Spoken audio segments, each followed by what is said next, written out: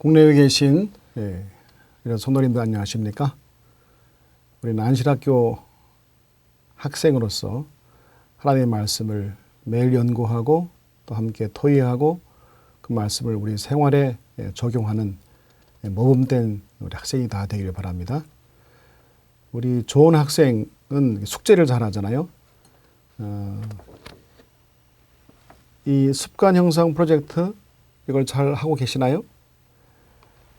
매일마다 작은 습관 하나하나가 우리의 삶을 바꾸고 가정을 바꾸고 또 우리의 교회를 바꾸는 놀라운 힘이 있는 것입니다. 생각만 하고 행동에 실천하지 않는 것은 다 무의미한 지식이 되고 말죠. 꼭 이번 기회에 이 표를 모든 가족들이 함께 하면서 체크하면서 서로 변화된 그런 작은 삶을 또 이루시기를 간절히 바랍니다. 오늘은 사과 혼자일 때라는 주제를 가지고 함께 공부하겠습니다. 먼저 오늘의 교과 내용과 연관된 애착에 대한 말씀을 먼저 드리고자 합니다. 애착 혹은 결속이라고도 합니다.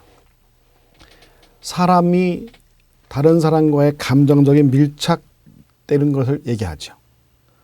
근데 이 애착은 최소한 3세 이전에 아이들이 애착이 이루어져야 한다는 것이죠. 애착이란 말을 인간이 타인을 가까이 하고 이를 유지하려고 하는 행동을 가리킨다고 말하고 있는데 어쨌든 사람과 사람 사이에 이런 애착 관계가 인간에게는 가장 중요하다는 것이죠. 나 아닌 남에 대한 감정을 느끼기도 하고 그래서 인간은 관계적인 존재 혹은 사회적 존재이므로 다른 사람과의 감정적으로 밀착하기를 원하는 것이 인간의 본성인 것입니다. 이 본성이 충족이 되면 어린 아이 때부터 행복한 그런 안정된 삶을 누리지만 이 결속, 애착이 결핍됐을 때는 인간의 심리적인 문제가 되고 상처가 되고 그것이 평생 그 사람의 삶을 망치고 불행하게 만드는 아주 중요한 것이 바로 애착인 것입니다. 그럼 최초의 애착 관계가 어떻게 이루어지는가 하면은 인간은 태어나면서부터 다른 동물들과 달리 반드시 누군가에 의존된 상태로 살게 돼 있어요. 그래서 이 애착 관계를 통해서 이런 다른 사람과의 감정적인 결속을 하지 않게 되면 이 아이는 어릴 때부터 심리적인 상처를 받게 된다는 것이죠. 학자마다 조금씩 다르지만 생후 2개월 안에 엄마와의 애착 관계에 따라서 평생토록 이 아이는 운명이 결정된다는 것입니다. 여러분 아이들은 갓난 아이는 모든 그 욕구를 다 뭘로 표현하죠? 울음으로 표현하죠. 배고파도 울고, 소변 봐도 울고, 잠 졸려도 울고, 아파도 울고 다 울어요. 울음으로 표현돼요. 말을 못하니까. 가장 가까이서 아이를 돌보는 엄마와의 애착 관계가 이루어지지 않게 되면 문제가 된다는 것이죠. 예를 들면 요즘 이제 맞벌이 부부가 이제 점점 우리나라에도 많고 그러면서 이 아이를 돌보는 사람을 할머니나 혹은 아이 돌보미에게 부탁을 하고 이제 직장을 다니는 경우가 많죠. 근데 내가 직접 낳은 아이가 생모가 정말 사랑으로 아이를 잘 돌보고 그래서 이 어떤 욕구를 표출할지라도 정말 사랑으로 잘 공급해 주면은 이 아이는 그 엄마와의 사랑의 애착 관계가 잘 형성돼서 건전한 인격으로 자라게 됩니다.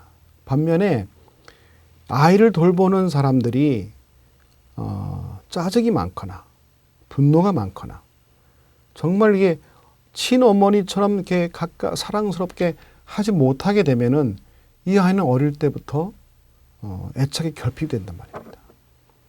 그래서 이 아이가 어릴 때부터 최초로 다른 사람과의 만나는 이 가장 가까운 엄마 혹은 아이 돌보미와의 애착 관계가 얼마나 중요한지 여기서 우리가 알게 되는 것이죠. 이건 내면의 작업이라는 것은 뭐냐면 엄마의 따뜻한 손길, 어떤 스킨십, 또 따뜻한 부드러운 말들 이런 것들이 이 아이에게 계속 반복되면서 그 사랑을 자기 기억 속에 담게 되는 것이죠. 모든 기억은 의미 플러스 반복입니다.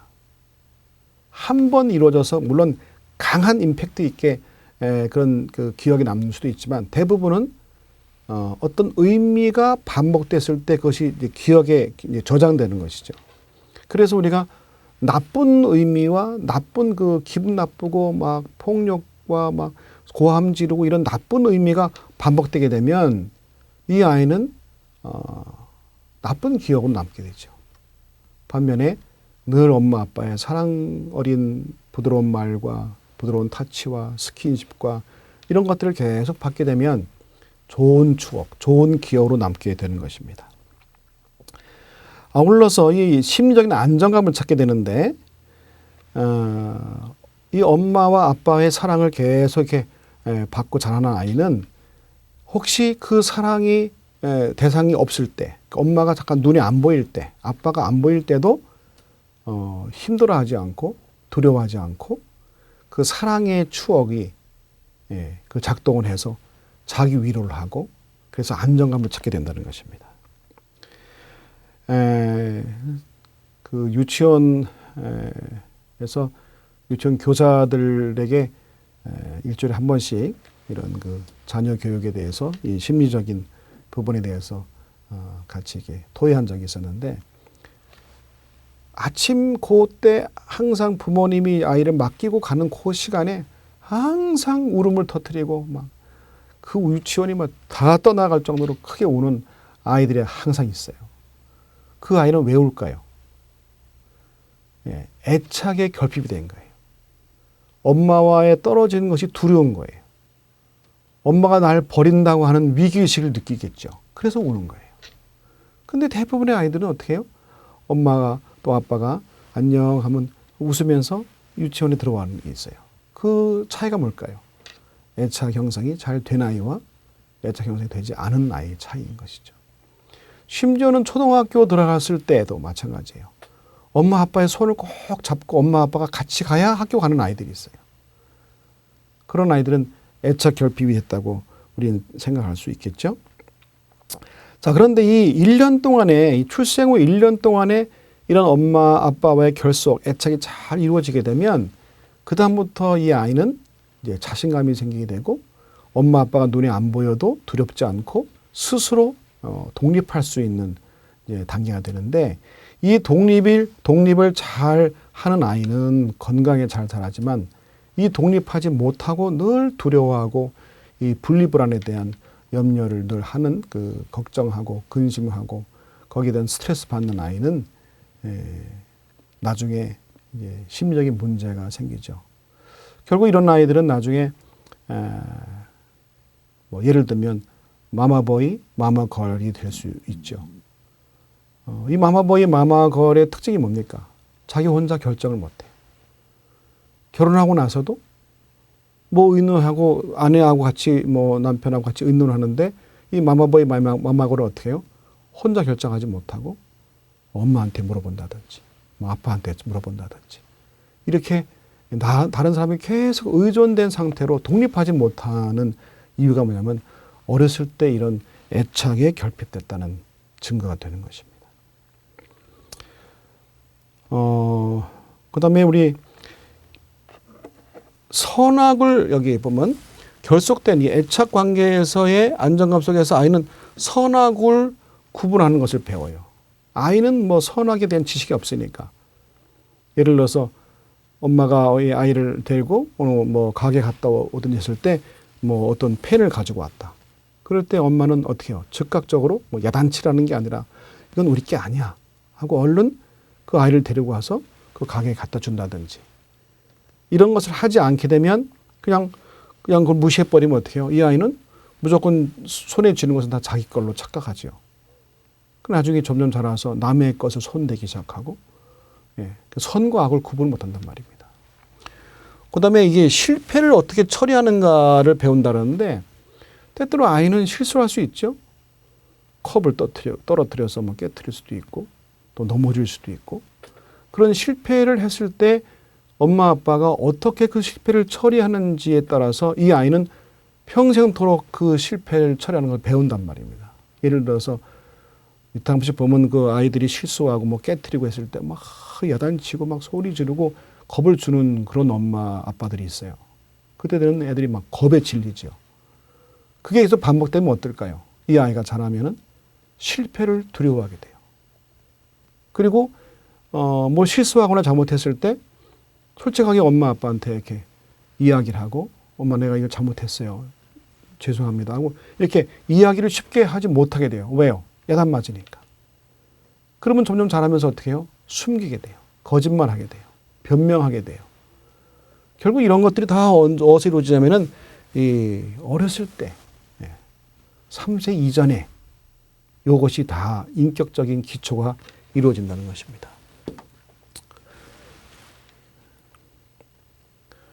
그 다음에 이제 또 친구와의 결속을 통해서 소속감을 갖게 돼요. 여러분, 이 결속과 애착에 결핍된 아이는 소속감이 없어요. 그래서 항상 자라면서 학창시절을 겪으면서 어디 가자 그러면 항상 빠지고 어디 모이자 그러면 첨삭하지 않고 항상 주변인으로 돌아요. 아웃사이더가 돼요. 아웃사이더. 이런 것이 나중에 교회 생활도 마찬가지예요. 어른이 돼서도 마찬가지예요. 그 어떤 소속 단체에서 소속감이 없는 거예요. 이것이 언제부터 이루어지는가? 어릴 때부터 이런 것이 형성된다는 것이죠. 그래서 제일 소속감을 가장 그 아이에게 가장 잘 나타내기 또 갖게 하는 방법은 뭐냐면 엄마 아빠 네가 너무 소중한 존재야. 나는 얼마나 내가 자랑스러운지 몰라. 하고 계속 격려하고 지지해주고 칭찬해주고 이런 말을 자꾸 해주면요. 이 아이는 굉장한 소속감을 어릴 때부터 갖죠. 그래서 어디 뭐 빠지지 않아요. 그 다음에 자신감이었는데 자신감도 마찬가지. 자신감도. 사랑을 충분히 받은 아이는 항상 자신감이 넘쳐요. 뭐 실수할지라도 금방 털고 일어날 수 있고. 근데 이 애착이 안 된 아이들은 어떻게 해요? 뭐 하자 그러면 어떻게 해요? 못한다 그러고 주저하게 되고 자신이 없어 하고 용기가 없고 그런 거죠. 결국은 이 어렸을 때 이 사실 아이가 출생하자마자 제일 먼저 만나는 관계를 맺는 사람이 누구냐에 따라서 이 아이의 심리적인 안정감을 찾기도 하고 건전한 인격이 형성되기도 하는 것입니다. 나중엔 또 친구 우정에도 마찬가지야. 동성 간의 친구가 잘 또 친해지기도 하고 또 이성 간의 친구도 적절하게 건전하게 잘 맺을 수 있는 것은 어렸을 때의 애착이 잘 된 아이는 잘 될 수 있다는 것이죠. 그런 성숙한 존재로 자라나게 된다는 것입니다. 자, 만약에 이런 애착 결핍이 됐을 경우에 어떤 현상이 일어나는가? 여기 보시면은 우울증은 지금 전 세계 사람, 우리나라 같은 경우도 우울증 환자가 엄청 많아요. 어떤 정신과 의사의 말에 의하면 세 사람 중에 한 사람이 우울증 환자라 할 만큼 굉장히 심각하다는 거예요. 심지어 요즘은 어린이 우울증까지 있어요. 소아 우울증. 왜 아이들이 한참 밝게 명랑하게 자라날 아이가 우울증에 걸릴까요? 그다음 뭐예요? 사랑 결핍이에요. 애착 결핍이에요. 관계 맺는 게 두려워지는 것이죠. 무의미한 감정. 우리나라가 지금 부끄럽게도 전 세계 자살 1위예요. 청소년 자살도 1위예요. 하루에 40여 명이 매일 죽어가요. 자살하고 있어요. 어린 아이들도 자살하고 있어요. 10대 아이들이 자살하고 있어요. 왜 그래요? 나는 살 의미가 없다는 거예요. 뭐 심지어 자살은 안 할지라도 어떻게 해요? 방황하고 뭘 할지를 몰라 하고 늘 이렇게 안절부절하게 되고. 왜요? 사랑의 결핍 때문에 그래요. 나쁘다는 느낌과 죄의식이 나오는데 신앙생활 할지라도 이런 사람은 어떻게 해요? 죄책감이 굉장히 강해요. 심하게 느껴져요. 용서하셨다고 아무리 말씀을 전해도 내가 용서받을 수 있을까? 나 같은 사람은 용서받을 수 없어 하고 계속 하나님께 기도도 못해요. 이런 게 결국은 신앙이 나쁘다 좋다 이걸 떠나서 이런 사람은 대부분 다 어릴 때 부모와의 그 관계에서 사랑을 충분히 받지 못한 증거인 것입니다. 우리 교회에서 신앙생활하는 우리 그리스도인 가운데 이런 사람이 참 많아요. 저도 옛날에 그랬어요. 기도 한번 하면 용서하신다고 확신을 가져야 되는데, 그리고 아멘 하면 끝내야 되는데, 또 똑같은 죄를 계속 반복해서 기도하는 것은 뭐예요? 내 죄가 용서됐나? 어떤 때는 어떻게 해요? 기도하려고 하는 것조차도 두렵고 미안하고 하나님께 죄송해서 기도조차 못할 때가 있어요. 왜 그런가? 그건 어렸을 때의 부모님과의 관계에서 나오는 현상인 것입니다. 저는 아버님이 굉장히 엄하게 저를 키우셔서 어릴 때부터 이게 굉장히 무서웠어요. 근데 그 아버지의 그 어린 아이들은 신의식이 없기 때문에 보이는 아버지, 어머니가 하나님의 이미지로 연결돼요. 그래서 이 어렸을 때 엄마 아빠로부터 충분히 사랑을 받고 인정받고 격려받고 지지받고, 혹시 실수했을 때 괜찮아, 그럴 수도 있어, 앞으로 잘하면 되지 뭐 하고 다 이렇게 부둥켜 안아주고, 그렇게 사랑을 받은 아이는 나중에 커서도 어떻게 해요? 하나님께 기도를 잘할 수 있고, 혹시 실수했을 때 어떻게 해요? 즉각 하나님께 회개 기도 드리고 내 죄가 용서받았다는 확신을 가지고 살 수 있는데, 그렇지 못하게 자라는 아이는 신앙생활, 기도생활을 잘 못한다는 것이죠. 여기 참 더 중요한 게 중독인데, 중독. 요즘 중독이 얼마나 많은지 몰라요? 어린아이들부터 뭐 스마트폰 중독, 인터넷 중독, 뭐 게임 중독, 어른들은 뭐예요? 뭐 도박. 온갖 종류의 중독 환자가 정말 천지에 있어요. 이 중독이 대부분 다 뭐냐면, 대부분 다 이런 관계의 결핍, 다시 말해서 부모님과의 사랑의 애착 관계가 형성 안 됐을 때 나타나는 현상이 다 중독으로 나타나요. 이 중독 환자를 볼 때 저 사람은 나쁘다고 그냥 저 사람은 정말 뭐 인간답지 않다는 둥 뭐 이렇게 이해할 게 아니라, 이제는 우리가 시선이 바뀌어서 저 사람은 정말 뭔가 사랑이 부족하게 자랐구나, 저 사람 우리가 어떻게 도와줄까, 이렇게 이런 시선을 봐야 한다는 것이죠. 여기 중독에는 보통 한 가지만 중독된 게 아니라 대부분 다 다중 중독 환자가 많아요. 한 가지 중독이면 다른 중독도 있단 말이죠. 심지어는 종교 중독도 있어요. 종교 중독. 신앙생활을 중독화된 사람이 있어요. 헌신하는 사람과 교회를 위해서 헌신하고 이웃을 위해서 봉사하는 그런 순수한 마음을 가진 사람과 중독돼 갖고 하는 사람과 차이점이 있어요. 그게 뭔지 아세요? 뭘로 구분할 수 있을까요? 똑같이 헌신이고 얼마나 열심히 하는지 몰라요. 그것은 대부분 경우에 인정을 받지 못하면 그 헌신한 모든 것을 다 그만두고 불평하고 원망하고 하는 사람은 대부분 다 중독 환자들이에요. 그건 종교 중독으로 가요. 정말 헌신한 사람은 누가 알아주든 안 알아주든 칭찬하든 안 하든 아무 상관없어요. 왜? 내가 기쁨으로 하니까. 왜곡된 생각, 뭐 한 가지 생각을 하면은 절대 그 생각을 바꾸질 않아요. 얼마나 고집세인지 몰라요. 이런 사람들이 이제 어른이 되고 했을 때 뭐 교회 뭐 장로 집사 되고 뭐 심지어 지도자가 됐을 때도 똑같아요. 한번 딱 생각하면 그걸 절대 안 바꿔. 그게 순수한 어떤 철학이 아니라 아무리 주변 사람이 얘기해도 절대 자기 생각을 바꾸지 않고 자기가 항상 옳다고 하는 그런 생각에 빠진 경우도 대부분 다 뭐냐면 이런 애착 결핍에서 오는 것이죠. 공허하고 지나치게 슬퍼하고 다른 사람과 친해지지 못해요. 사람을 두려워해요. 대인 기피증이 있어요. 깊이 좀 다가가려면 어때요?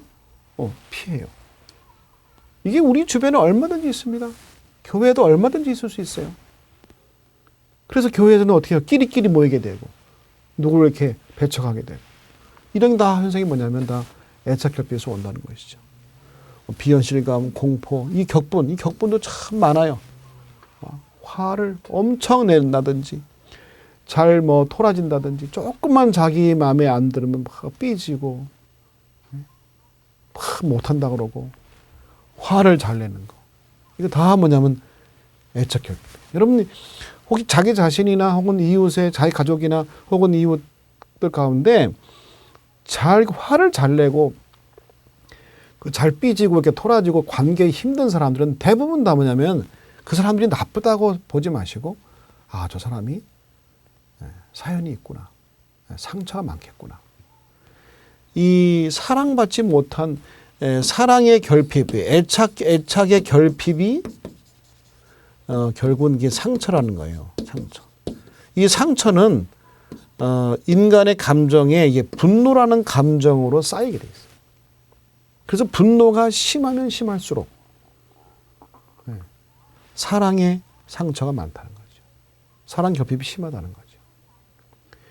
이런 것을 우리가 이해한다면 다른 사람과의 관계, 특별히 오늘 이제 공부할 내용들을 여기와 연관시켜 본다면 아, 이게 이런 문제가 여기서 왔구나 하는 것을 이해할 수 있을 거예요. 또 빼놓지 못하는 게 과잉보예요. 과잉보. 우리나라 특별히 한국 사람의 과잉보는 다 뭘로 나타나요? 뭐 한마디로 말하면 사교육. 엄마들이 대부분 이 사교육에 막 빠져요.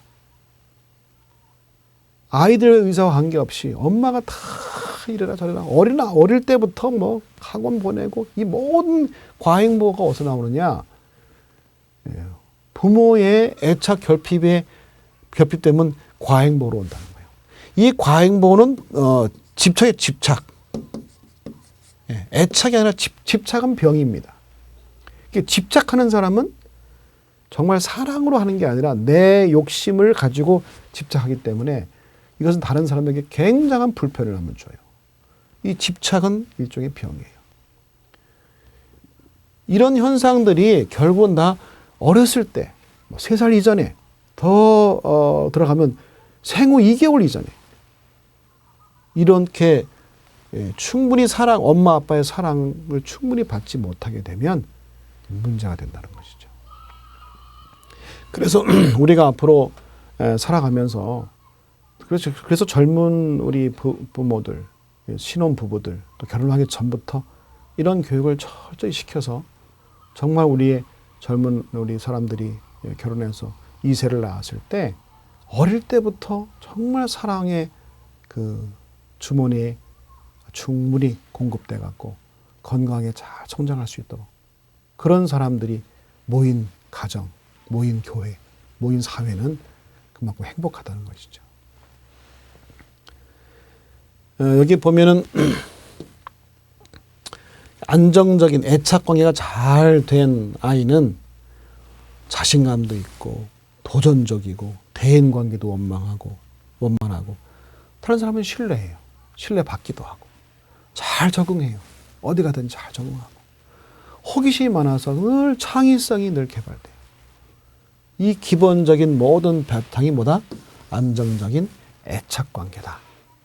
이것이 좀 우리가 안다면 오늘 교과의 내용도 상당히 쉽게 이해할 수 있으리라 생각합니다.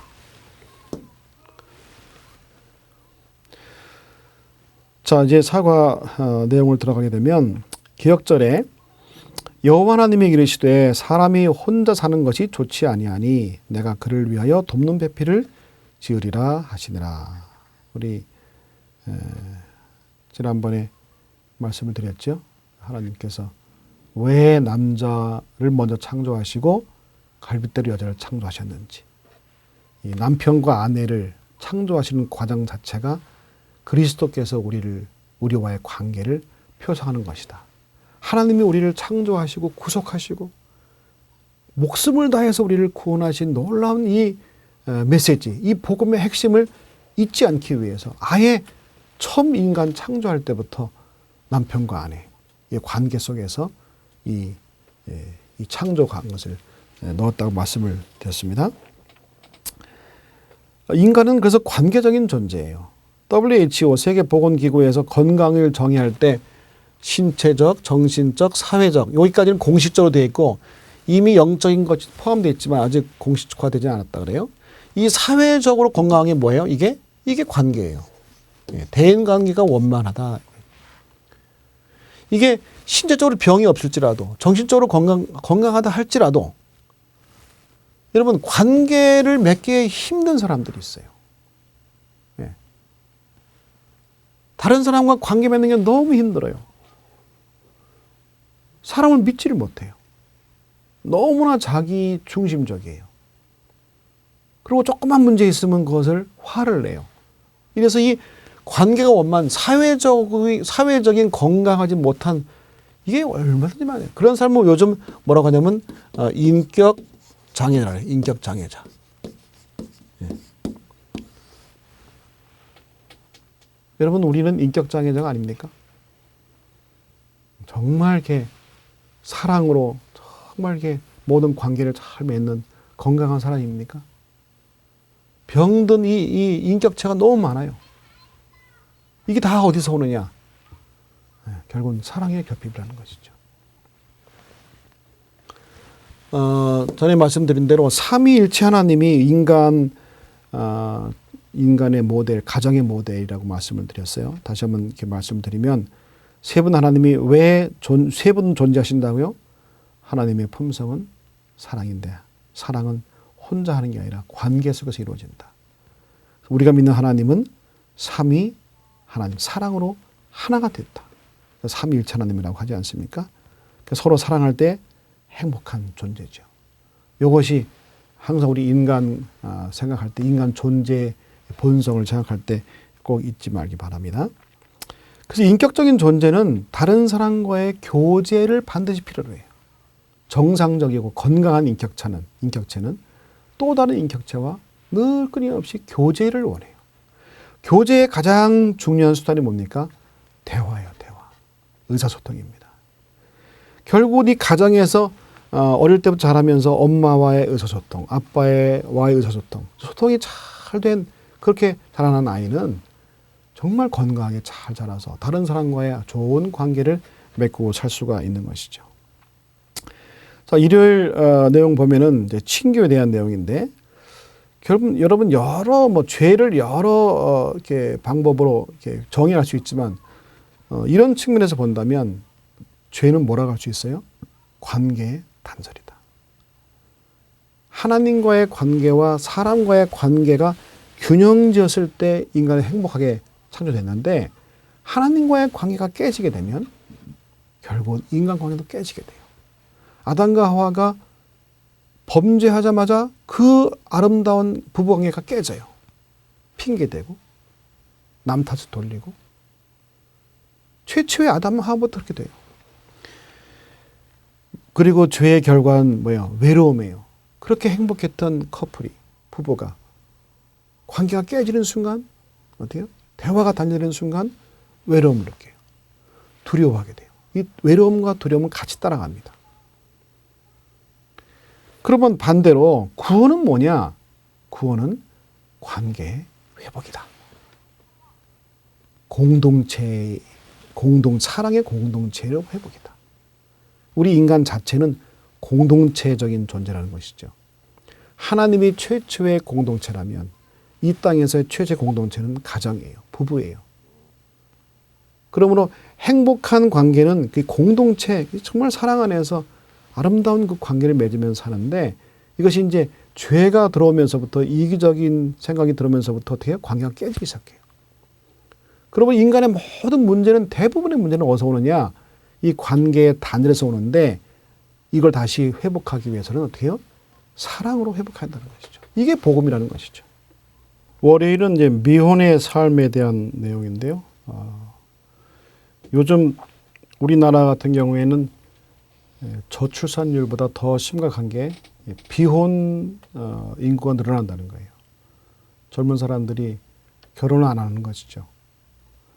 이유를 알고 보면 여러 가지 이유가 있지만 뭐 경제적인 문제, 뭐 또 마음에 맞는 사람이 없다 하지만 사실 궁극적으로 이렇게 파고 들어가면 제 개인 생각에는 결혼에 대한 환상이 없는 거예요. 자기 자신이 어릴 때부터 정말 행복한 부모님과의 행복한 그런 삶을 살지 못했기 때문에 상처가 많기 때문에 두려운 거예요. 이 문제도 우리가 심각하게 고려해야 되고 우리 어른들 먼저 이런 분위기를 만들어야 될 것 같은데 바울은 뭐 이렇게 말씀하죠. 내가 혼인하지 아니한 자들과 및 과부들에게 이르노니 나와 같이 그냥 지내는 것이 좋으니라.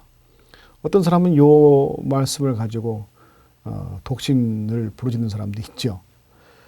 이것은 이제 특수한 경우에 이렇겠죠. 예를 들어서 성경의 미혼 사례를 보면 예수님도 결혼 안 하셨어요. 물론 바울도 안 했고. 예레미야는 아예 하나님께서 결혼하지 말라 그랬어요. 에스겔은 또 일찍 사별하게 되죠. 호세아는 정말 깨진 결혼 생활을 해요. 이런 경우는 이제 특수한 경우, 복음을 위해서 하나님의 특별한 섭리에 의해서 그렇다고 하지만 일반적으로는 하나님께서 결혼제도 인간을 창조하시고 결혼을 제도를 설립하신 그 이유에 보면은 인간의 행복한 삶을 위해서는 결혼을 통해서 하나님의 더 사랑을 더 깊이 느낄 수도 있을 뿐만 아니라 이 땅에서도 행복한 삶을 누릴 수 있는 방법으로 결혼제도를 설립하였으니까 우리가 거기에 특별한 사항 외에는 거기에 따르는 게 좋겠죠. 화요일 날은 이제 이혼 문제 나오는데 이혼의 원인을 보면은 성경에는 간음한 연고 외에는 이혼하지 말라 그랬지만 실제적으로 이제 우리의 삶의 현장을 보면은 이혼을 안 할 수가 없는 형편도 또 있어요. 예를 들면 일반적인 이제 이혼의 원인 보면 가정 폭력이 심한 경우, 어떤 때는 너무 폭력이 심해갖고 생명의 위협을 느낄 만큼 그렇게 폭력을 당하는 수가 있죠. 더 이상 어떻게 가정생활을 할 수가 없는 것이죠. 중독, 도박 중독에 걸려서 온 재산을 다 탕진하고도 빚내서라도 하고 계속해서 완전히 온 가족이 다 경제적인 아주 어려움 가운데 파산되어 온 경우가 많죠. 그럴 때 어떻게 계속 가정을 유지할 수 있느냐 이거죠. 요즘은 성중독도 성중독. 경제 파탄, 사업이 안 됐다거나 해서 완전히 파산당해갖고 더 이상 가정생활을 지탱하지 못할 경우도 있고. 또 요즘 또 이런 정신질환자들이 있습니다. 의부증 혹은 의처증. 어떻게 같이 살 수가 없어요. 늘 이렇게 의심하니까 하루 이틀이죠. 이해하고 아무리 그게 아니라고 얘기해도 이 의부증, 의처증은 정말 고치기 힘들어요. 이런 경우에 더 이상 가정을 계속 유지하라고 말하기가 참 힘들 경우가 있죠. 또 기타 여러 등등 이유가 있습니다만은. 그래서 우리는 성경에서 말한 가늠한 거 외에는 결혼하지 말라. 그건 예수님 그 말씀 그 하나만 갖고 우리의 모든 삶을 다 그걸로 잣대로 된다면 괴리감이 너무 크지요. 그래서 이런 경우에 정말 더 이상 생명을 유지할 수 없을 만큼 위협을 느낄 때, 그리고 더 이상 산다는 것이 더 이상 의미가 없을 때, 이걸 우리가 어떻게 교회 안에서도 어떻게 도와줘야 할지 참 난감할 때가 참 많이 있습니다. 케이스 바이 케이스겠지만은 정말 최선을 다해서 하나님의 그 말씀의 범위 안에서 행복한 가정을 회복할 수 있도록 우리가 도와야 되겠지만 정말 도울 수 없고 우리가 한계를 벗어날 경우에는 이혼을 또 생각할 수밖에 없는 때가 오겠죠. 하여간 이 문제는 정말 진지하게 옆에서 우리가 도와줘야 될 문제라고 생각합니다. 사실 요즘은 폭력이 있으면 바로 즉각적으로 해바라기 센터나 이렇게 신고하게 돼 있고 그것이 바로 법적으로 개입해서 더 이상 어려움 당하지 않도록 이렇게 하는 것도 있는데 하여간 정말 쉽지 않습니다. 이런 내용들이 정말 쉽지 않습니다. 그래서 이 이혼의 결과를 보면은 이제 미래에 대한 두려움이 있고 또 이제 자녀 교육 문제가 있죠. 누가 키울 것인가. 또 경제적인 어려움이 또 닥칠 것이고 정서적으로도 이렇게 외로움과 또 혼란이 일 수 있고 이게 이제 주변 사람의 편견인데 주변 사람의 이 시선이 또 만만치 않아요. 교회 안에서 이런 어려움 일을 당하고 나면 신앙생활을 더 유지할 수 없을 만큼 주변의 사람들이 또 가십거리로 뭐 만든다든지 정말 그 사람의 어려운 형편을 도와주지 못할 망정 그걸 막 이렇게 가십거리 만들어서 서로 막 수근거리고 이런 것은 정말 교회 내에서 꼭 없어져야 될 것입니다. 그 어려움 당하기 이혼한 사람이 얼마나 힘들겠어요. 그런 사람들을 그래서 보듬어주고 위로해주고 격려해주는 것이 필요하겠죠. 수요일 날에는 이제 사별검 여러분 사별의 중 문제인데 여기 스트레스 지수 가운데 제일 강한 게 배우자의 사망이에요. 여기 이혼이 뭐 2개 나왔는데 이혼이 그 다음 번이에요. 평생을 같이 살다가 배우자가 막 질병으로나 뭐 사고라 이렇게 사망했을 경우에 그 충격, 그 스트레스는 얼마나 큰지 모르죠. 나이가 연만해서 나이가 들어서 이제 자연사 할 경우는 좀 덜하지만 이렇게 갑작스러운 이렇게 죽음을 이 배우자의 죽음을 맞이했을 때 정말 그 충격은 이루 말할 수가 없겠죠. 그래서 사별한 자에게 우리는 정말 따뜻한 위로를 보내야 되죠. 우선 애도 작업을 충분히 하라는 말이 있는데, 그러니까 그 배우자의 사망을 너무 참을하거나 뭐 울지 말라고 하는 이것보다는 충분히 애도할 수 있는 기회를 주는 것이 또 그 사람에게 이후의 삶에 도움이 됩니다. 평상시에 그래서 아름다운 추억거리를 많이 만들라고 누구는 권면합니다. 그래서 물론 이제 먹고 살기 바빠서 뭐 휴가도 뭐 못하게 되고 뭐 여러 가지 이유가 있어서 그런 아름다운 추억거리를 못 만들 수도 형편이 있겠지만 그러나 지혜롭게 가족의 아름다운 그 추억들을 사진으로 남긴다든지 이렇게 해서 그 배우자가 죽은 다음에도 그 아름다운 추억을 가지고 위로를 받을 수 있는. 근데 이게 갑작스러운 죽음 이후에 뭐 아무런 그런 막 고생만 했다거나 너무 힘든 생각만 했다면 그 마음이 더 아프다 그래요. 그래서 이런 것도 미리 준비하는 것도 우리 평상시에 이런 삶을 사는 것도 미래에 우리가 예측할 수 없는 그런 상황을 맞이했을 때 슬기롭게 또 넘어갈 수 있지 않겠습니까? 제가 아는 분 가운데 암에 걸려갖고 투병 생활하다가 세상을 떠나게 됐는데 장례식에 갔는데 그 미망인이 하나 슬퍼하지 않는 거예요. 속으로 놀랐어요. 어떻게 이렇게 얼굴이 그냥 웃으면서 이렇게 조객들 맞이하고 저럴 수 있을까 해서 이제 물어봤어요. 자연스럽게 이렇게 그 임종하는 그 장면 같은 거 물어봤더니 정말 아주 신선한 충격, 감동적인 이야기를 들었어요.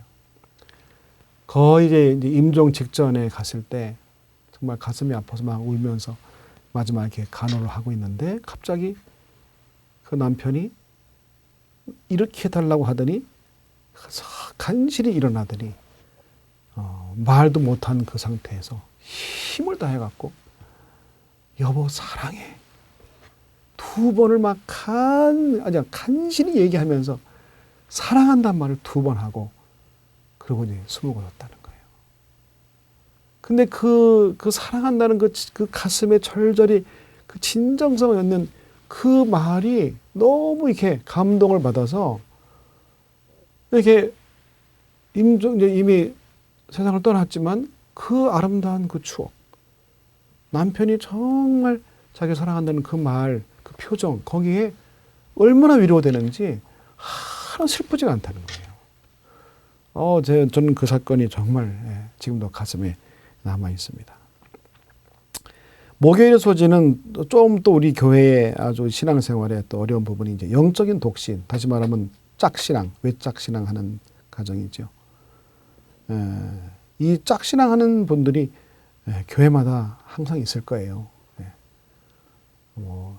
신앙생활 하다가 뭐 한쪽이 안 할 수도 있고 아니면 불신자와 어쩔 수 없이 결혼했는데 약속을 뭐 교회 나가기로 약속했는데 아직 안 나온다든지 하여간 뭐 외짝 신앙하는 가족들이 많이 있고 혹은 어떤 경우는 먼저 신앙을 받아들여 갖고 혼자 외롭게 신앙하는 사람들이 있고 또 신앙을 이렇게 잘 이렇게 배려하는 사람도 있는가 하면 교회 못 나가게 하는 사람도 있고 이런 짝신앙도 상당히 참 힘든 일이죠.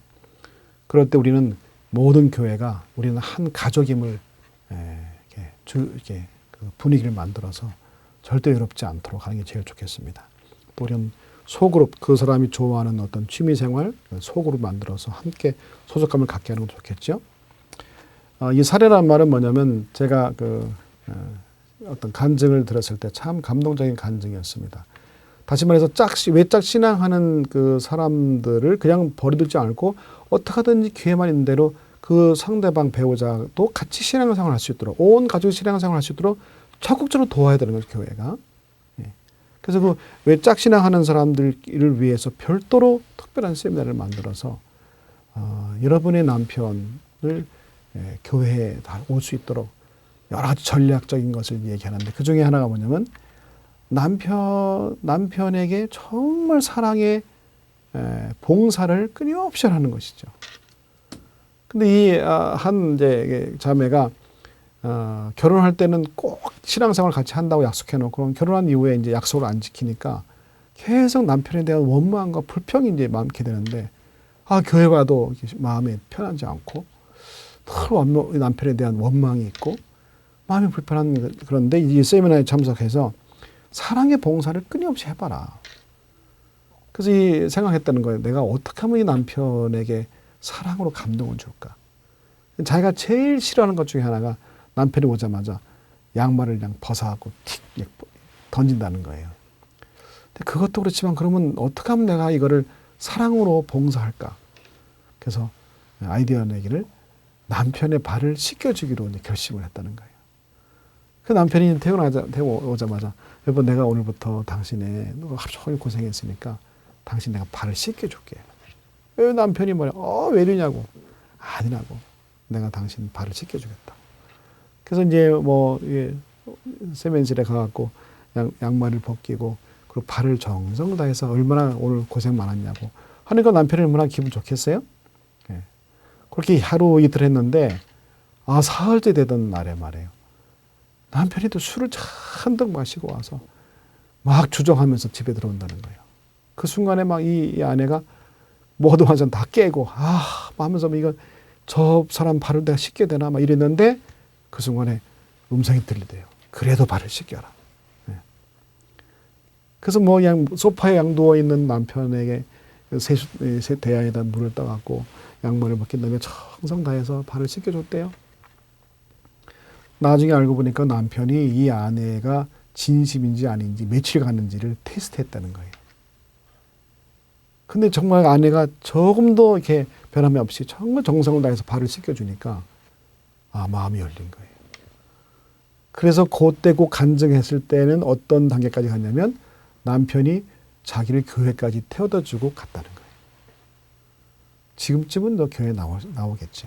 그런 식으로 이게 짝신앙 하시는 분들을 어떻게 하든지 도와서 함께 모두가 신앙할 수 있도록 온 교회가 적극적으로 도와주는 것은 필요하다고 생각합니다. 그럴 때 이런 짝신하는 사람이 외롭지 않고 용기와 힘을 얻어서 그리고 온 가족이 다 신앙생활을 할 수 있도록 기도하고 노력하고 주변에서 돕고 이렇게 해서 행복한 삶을 살 수 있도록 도와주는 것이 우리의 의무가 아니겠습니까? 자, 결론적으로 인간은 관계적 존재라는 것을 다시 한번 상기하십시다. 하나님께서 우리를 창조하실 때 혼자 독처하도록 창조 안 하시고 누군가와의 관계를 맺고 살도록 창조하셨어요. 그래서 우리는 이게 행복하게 살려면 누군가의 사랑의 관계를 맺고 살아야 되는데 오늘 처음 말씀드린 대로 어릴 때부터 정말 행복한 존재가 되기 위해서는 부모님이 정말 따뜻하게 아이를 사랑으로 돌보는 애착이 잘 이루어지는 그렇게 분위기로 자라서 살아야 할 것이고 혹시 그렇지 못했을 경우에 나타나는 여러 가지 현상들이 있어요. 성격이 너무 까다롭다거나 대인관계가 힘들다거나 너무 자기주장이 너무 강하다거나 이런 사람들을 다 아울러서 사랑으로 하나가 되는 그런 교회가 되어야 한다는 것이고, 하나님 안에서 우리는 한 가족이다. 이런 의식을 항상, 사랑의 공동체다. 신앙 공동체다. 더 나아가서는 천국 공동체를 만들어야 한다. 그래서 혹시 어떤 사연에 의해서 혼자 신앙생활을 하시는 분들, 또 뭐 사별하신 분들, 또 이혼하신 분들, 상관없이 어떤 상황에 있든지 간에 우리 모두는 한 가족임을 늘 기억하면서 사랑으로 하나 되는, 그래서 행복한 그런 삶을 살도록 우리 모두가 함께 노력했으면 좋겠습니다. 감사합니다.